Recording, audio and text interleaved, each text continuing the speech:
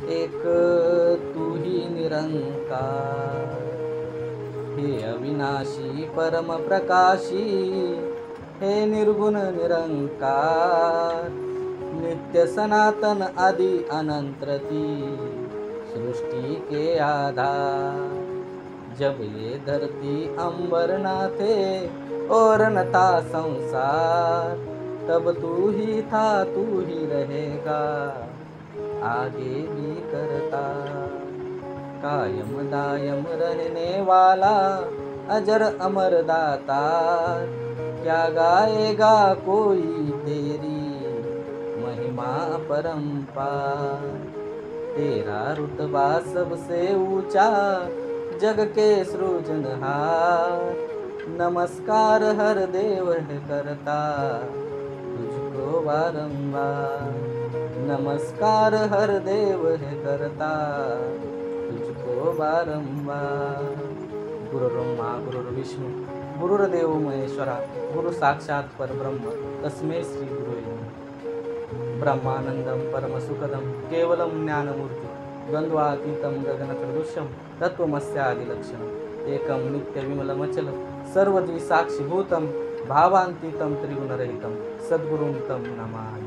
सद्गुरुमाता सुदीक्षा हरदेवजी महाराज की जय। निरंकारी राजमाता गुरुवचन अवतार की जय। सात्संगजी प्रेमाने बोला निरंकारजी। बरोबर सात्संगजी दास अवभाग्य आहे अशा सुंदर वातावरणामध्ये आपण या सत्संगचा आनंद प्राप्त करत आहोत। खरोखर या ठिकाणी बसल्याच्या नंतर दासला असं वाटत होतं की श्रवण करावं। खरोखर एक एक महात्म्याचे अगदी बालकांनी सुद्धा सुंदर सुंदर विचार या ठिकाणी ठेवले, गीतसुद्धा बालकांचे सुंदर होते। खरोखर परमभाग्य की आपल्याला या सद्गुरू माता सुदीक्षाजी महाराज यांनी आपल्या पदरामध्ये घेतलं। आपले पूर्वजन्मीचं काही पाप असेल पुण्य असेल त्याचा कसलाही विचार केला नाही। खरोखर सात्संगाचे तो योग आपल्याला प्राप्त होत आहे। तर आपण परम भाग्यशाली आहोत, कारण आपण गुरुला निवडलेलं नाही आहे, तर गुरुनी आपल्याला निवडलेलं आहे। कारण गुरु जे असतात, भक्ताची आध्यात्मिक तयारी जर पुरेशी झाली तर गुरुच भक्ताचा शोध घेत येत असतो। कारण गुरुला भक्त निवडत नाही, तर गुरु जो असतो तो भक्ताला निवडत असतो। रामकृष्ण परमहंस नेहमी म्हणायचे की कमळ जर फुलू लागलं ना, उमलू लागलं ना, तर भुंग्याला आमंत्रण द्यावं लागत नाही।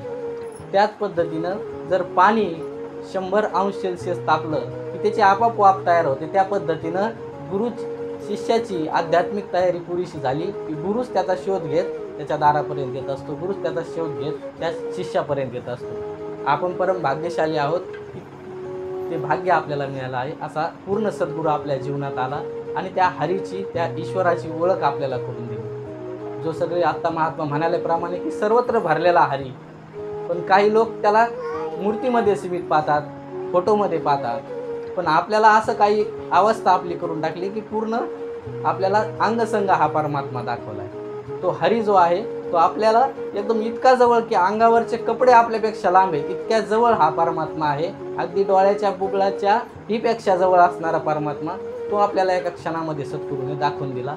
आणि म्हणून आपण भाग्यशाली आहोत असं की मानवी जीवन जगत असताना, काल सुद्धा दास म्हणाला की मानवी जीवन जगत असताना सहसा माणूस 2 पद्धतीमध्ये जीवन जगत असतो, की एक जीवात्मा म्हणून जीवन जगत असतो आणि दुसरा परमात्म्याच्या माध्यमातून महात्मा बनण्याचा प्रयत्न करत असतो। की प्रवाह याच पद्धतीने वाहतो की काही लोक जीवात्मे आहेत, काही लोक महात्मे आहेत आणि काही लोक परमात्मे आहेत। की एकाला या ठिकाणी यावं लागतं, दुसऱ्याला आणावं लागतं, तर तिसऱ्याला यावंच लागतं।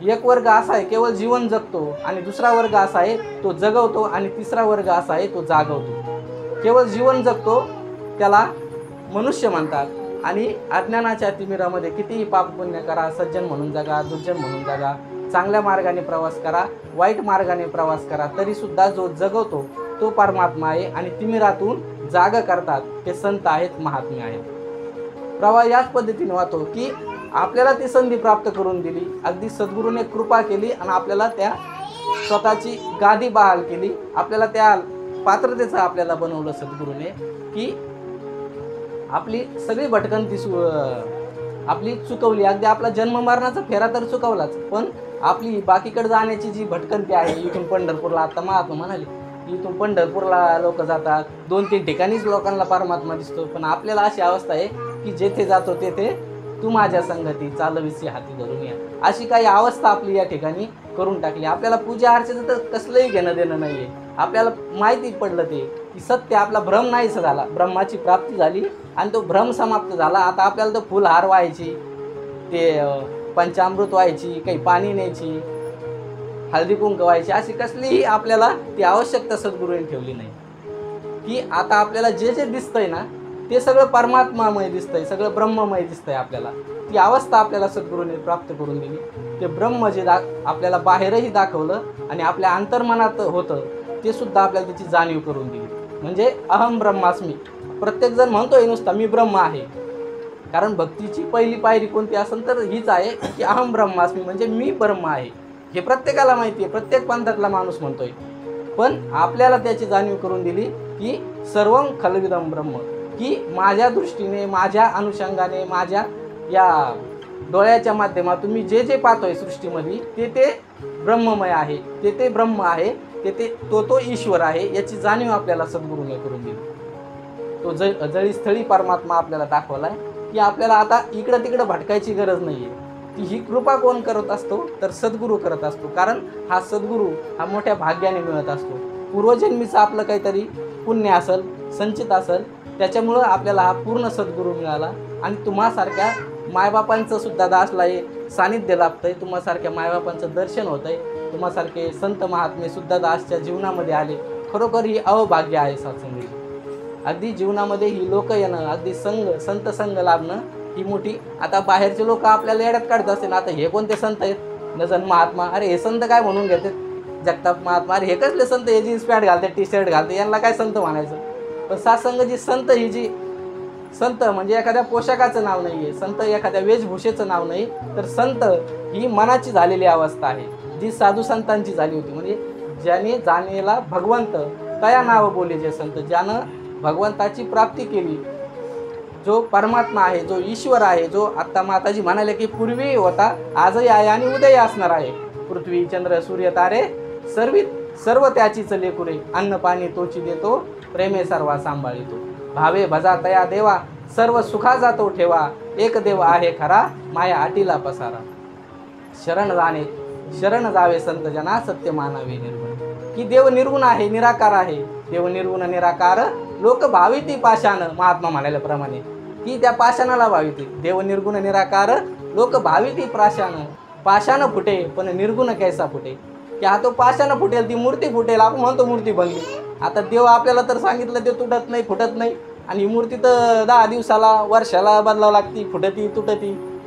सत्संगजी हा खरा परमात्मा आपल्याला सद्गुरूने दाखवला, जो कालही होता, आजही आहे आणि उद्याही असणार आहे आपल्या जीवनामध्ये. हा म्हणजे सद्गुरूने आपल्याला तो पूर्ण परमात्मा दाखवला, तो पूर्ण ईश्वर दाखवला, प्रत्येकाला पूर्ण दाखवलाय आणि सगळ्यांना पूर्ण दाखवून सुद्धा सद्गुरूकडे सुद्धा पूर्ण आहे तो. म्हणजे असं काही नाही का आपल्याला सद्गुरूने दाखवलाय, दिलाय आणि सद्गुरूकडे आता अर्धच राहिला, असं काही नाही. म्हणजे प्रत्येकाला दाखवून सुद्धा सद्गुरूकडे तो पूर्ण परमात्मा आहे. म्हणजे हा जो पूर्ण पसारा आहे, विस्तार आहे, सर्वत्र भरलेला, हा पाहणं ही काही छोटी गोष्ट नाही आहे. हे परम भाग्याने आपल्याला मिळत असतं. आणि मग साधू संत जे पूर्वी सांगून गेले की संतांचा संग करावं, त्या हरीला प्राप्त करावं. हरिप्राप्तीशी उपाय धरावे संतांचे ते पाय, तेने साधती साधने, तुटती भवाची बंधने. संताविना प्राप्ती नाही, ऐसे वेद देती ग्वाही, एका जनार्दनी संत पूर्ण करीती मनोरथ. की हरिप्राप्तीशी उपाय म्हणजे आपण सद्गुरूचे संतांचे पाय धरले म्हणून आपल्याला त्या हरीची प्राप्ती झाली. कारण संतांचे पाय धरल्याशिवाय त्या आपल्याला तो हरी प्राप्त होऊ शकत नाही, हा परमात्मा प्राप्त होऊ शकत नाही. मग आता इथून माग आपण ऐकत होतो, लोक म्हणतात की चालता चालता येता जाता रामकृष्ण हरी. आता रामही आपण पाहिला, कृष्णही आपण पाहतोय, भले मग टी व्हीमध्ये पाहत असन, फोटोत पाहत असन, मूर्तीत पाहत असन, आपण यापूर्वी पाहिला. रामही पाहिला, कृष्णही आपण पाहिला प्रक्षम एखाद्या टी व्हीच्या माध्यमातून म्हणा, मूर्तीच्या माध्यमातून, फोटोच्या माध्यमातून. परंतु हा हरी काय भानगड आहे हे आपल्याला याच्या आधी माहीत नव्हतं. पण तो हरी आपल्याला दाखवलाय, जो निर्गुण आहे, निराकार आहे, अंगसंग आहे, सर्वत्र भरलेला हा हरी आपल्याला एका क्षणात सद्गुरूने दाखवलेला. कारण आपण संतांना शरण गेलो. हरिप्राप्तीसी उपाय धरावे संतांचे ते पाय. मग संतांचे पाय धरल्याच्या नंतर काय होईल की त्याने साधती साधने तुटती भावाची बंधने, की असं काही साधन मोकळं होऊन जाईल की जे भावाचं बंधन आहे, म्हणजे भव म्हणजे संसार. संसार म्हणजे काय? आई वडील, मुलं बाळ, पोरं बायका हे नाही, तर संसार म्हणजे पुन्हा पुन्हा जन्माला येणं, पुन्हा पुन्हा मरणं. पुनरपी जननम पुनरपी मरणम पुनरपी जननी जठरे शयनम, की पुन्हा पुन्हा जन्माला येणं, पुन्हा पुन्हा मरणं, याला संतांनी संसार म्हटले. आणि या संसारातून मुक्त आपल्याला या सद्गुरूने केलेलं आहे. अगदी मुक्त करून टाकलं. त्याने साधती साधने तुटती भावाची बंधने, त्या बंधनातून आपल्याला मुक्त केलं. आत्म्याचं परमात्म्याशी आपलं नातं जोडून दिलं, जीवाचं शिवाशी आपलं नातं जोडून दिलं, अगदी भक्ताचं नातं भगवंताशी सद्गुरूने आपल्याला जोडून दिलं.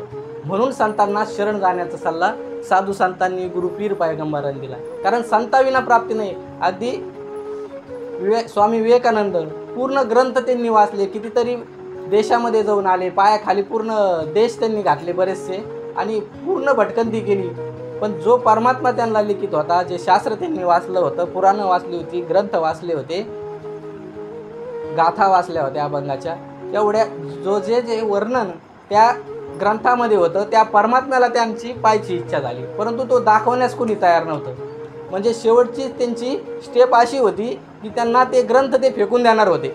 अरे हे ग्रंथ मला परमात्मा दाखवू शकत नाही, मला वर्णन सांगतात, हाजळी स्थळे आहे, काष्टीपाषाणी आहे, अव्यक्त आहे, निराकार आहे, हे सर्व मला ग्रंथ सांगतात, पण त्या परमात्म्याची या ग्रंथ मला ओळख करू देऊ शकत नाही, तर हे ग्रंथ काय कामाचे, अशी त्यांची अवस्था झाली. पण कुणीतरी त्यांना सांगितलं की रामकृष्ण परमहंस नावाचे जे स्वामी आहेत, जे सद्गुरू आहेत, ते तुम्हाला त्या परमात्म्याची ओळख करून देतील, की म्हणजे संताविना प्राप्ती नाही. सांगायचा भावार्थ असा आहे की जोपर्यंत संताला शरण जात नाही, त्याने साधती साधने तुटती भावाची बंधने,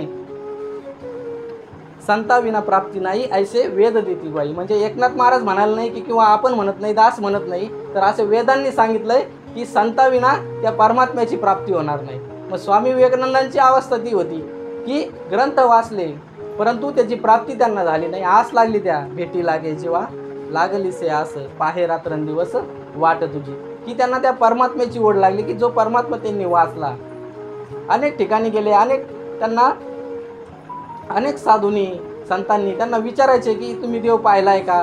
त्यांना प्रश्न पडले होते. आपल्या सगळ्यांना ती आख्यायिका, ती गोष्ट माहिती आहे सत्संगाची, की त्यांना ते प्रश्न पडले की जगामध्ये देव आहे का, तुम्ही पाहिलाय का, आणि मला दाखवणार का. पण कुणीच त्यांना दाखवायला तयार नव्हतं. पण रामकृष्ण परमहंसांनी त्यांना तो परमात्मा दाखवला आणि त्यांची ती भटकंती संपून गेली. म्हणजे जोपर्यंत संतांना म्हणजे वाचन केलं, पठण केलं, पाठांतर केलं, परंतु तरीसुद्धा परमात्मा भेटला नाही. ज्यावेळेस संतांना शरण गेले त्यावेळेस त्यांना त्या परमात्म्याची भेट झाली.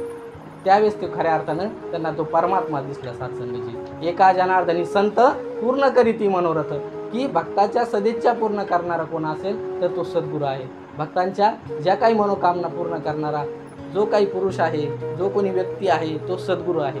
आणि सद्गुरू स्वतःच्या आत्मस्वरूपाची, स्वतःच्या स्वरूपाची ओळख करून देण्यासाठी सद्गुरू या धर्तीवर पुन्हा पुन्हा जन्माला येत असतात. म्हणजे त्यावेळेस भगवान श्रीकृष्णाच्या रूपानं